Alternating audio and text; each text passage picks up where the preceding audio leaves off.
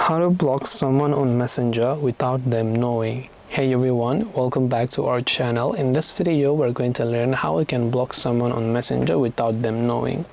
Now, if you want to block someone but then you don't want to let them know, well, unfortunately how it works is that they will come to know if you block them because they can't send you messages.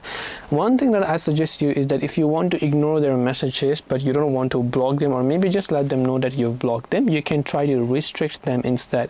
So when you long press on it and tap on restrict, you can remove them to the restrict. That will move the chat out of sight, hide your activity with them, and you can choose to unrestrict anytime. And if you want to find the restricted chats, tap on the three dots option, then simply go to the gear icon here, then you can go to privacy and safety, then you can go to the option called restricted accounts, then you can go ahead and select them, and if you want to find it, you'll find all the chats that you have with that person as well.